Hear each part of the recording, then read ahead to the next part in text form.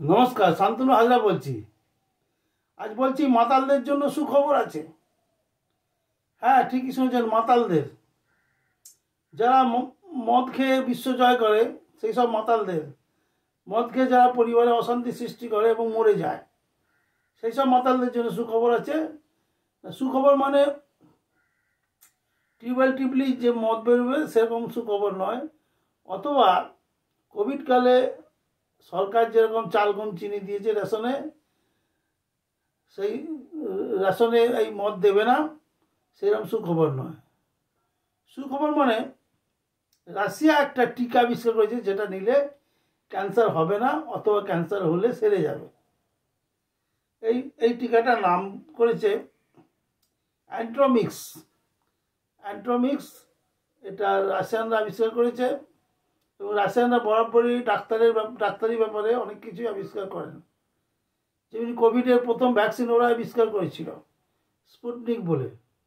পরে সেই মেথডই অন্য জায়গায় আরও ভ্যাকসিন বেরিয়েছে, আরও অন্যান্য দেশ, অনেক কোম্পানি। আমাদের দেশে অগ্রগণ্য ছিল জাইডেক্স Cadila.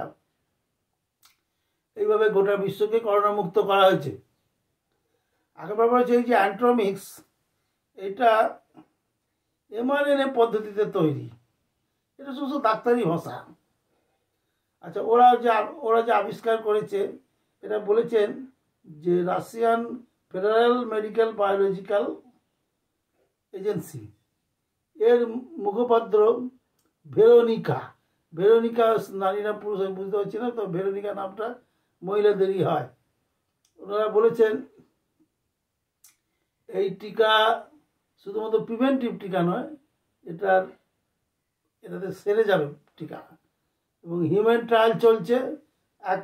First phase of human trial হয়ে গেছে, এটা সেকেন্ড ফেজের হিউম্যান ট্রায়াল। এবার মাতালদের সুখবর বলছি কেন, যে মাতালদের যে রোগটা বেশিরভাগ হয়, কোলন ক্যান্সার, এই টিকাটা 3টে জায়গায় খুব ভালো কাজ করবে। একটা হচ্ছে কোলন ক্যান্সার, একটা হচ্ছে ব্রেন ক্যান্সার, আর একটা হচ্ছে স্কিন ক্যান্সার। বাকি ক্যান্সারও কাজ করবে, পার্সেন্টেজ অনুযায়ী একটু কম কম করবে। এই 3টে যেমনি সার্ভিং প্রিভেন্টিভ একদম। আর মাতালদের যেটা হয়, বা অনেকেরই হয় মাতাল ছাড়াও, যে কোলন ক্যান্সার। কোলনটা কোথায় কি না, কোলন হচ্ছে গিয়ে ক্ষুদ্রান্তের ভিতরে খাপ। খাপ মানে আমরা যে খাবার খাই, প্রথমে পাকস্থলীতে যায়, পাকস্থলীতে নানা রকম জারক রস আসে, দিয়ে ওইটাকে ওইখানে মাখামাখি হয়ে ওটা ক্ষুদ্রান্ত বলে একটা নালী আছে, অনেকটা বড় সেটা। সেই নালীর মধ্যে দিয়ে প্রবেশ করে, আর প্রবেশ করতে করতে আত্তীকরণ হয়, অর্থাৎ ওই খাবারে যা যা আছে গুণগান, তার সব যেটা মানুষের শরীরের দরকার, সেটা রক্ত শোষণ করে নেয়। কীভাবে পায় রক্ত শোষণ করতে না, ক্ষুদ্রান্তের গায়ে অনেক ফাটল আছে, সেই ফাটলগুলো একটু গভীর, ভিতরে রক্ত থাকে। এবার এগুলো কি বলে, কোলন। আগে হতো কোলোনোটাইটিস, তা এখন এই কোলোনোটাইটিস যখন ক্যান্সার হয়ে যাচ্ছে, কোলন ক্যান্সারই হয়ে যায়, তখন এই এই এই অ্যান্ট্রোমিক্স টিকাটা দিলে পরে ফার্স্ট ফেজেও দেওয়া যাবে, সেকেন্ড ফেজেও দেওয়া যাবে, থার্ড ফেজেও দেওয়া যাবে, ফোর্থ ফেজেও দেওয়া যাবে। সার্ভি এরকম কথা হচ্ছে, কারণ হিউম্যান ট্রায়াল অলরেডি 2বার হয়ে গেছে, এই 3য়বার হবে। এইবার প্রশ্ন হচ্ছে কি, হিউম্যান ট্রায়াল হয়তো 100% সফল হলো, হিউম্যান ট্রায়ালে দেখে সাইড এফেক্ট কী আছে, কারণ অলরেডি অ্যানিম্যাল ট্রায়াল হয়ে গেছে এবং সেখানে দেখা গেছে কোনো সাইড এফেক্ট নেই। মানুষের উপর যখন প্রয়োগ করা হবে, প্রয়োগ করছে ট্রায়ালের জন্য, তখন দেখা যাচ্ছে যে ঠিকই আছে, এরকম সম্ভাব্য হচ্ছে। কিন্তু ওরা রাশিয়ানদের উপর প্রয়োগ করছে। যে সমস্ত ভলেন্টিয়াররা এই টিকা নিচ্ছে এবং তাদের শরীরের রিয়াকশন পৃথিবীর মানুষের স্বার্থে বিজ্ঞান জগৎকে জানাচ্ছেন, তারা সব রাশিয়ানদের নিয়ম হচ্ছে তারা ভদকা খায়, তা আমাদের মতো চোলাই বা জেডি বা ওই 60 খায় না। এবার 60 খাওয়া লোকেদের কিছু ট্রায়াল নিয়ে যেতে হবে।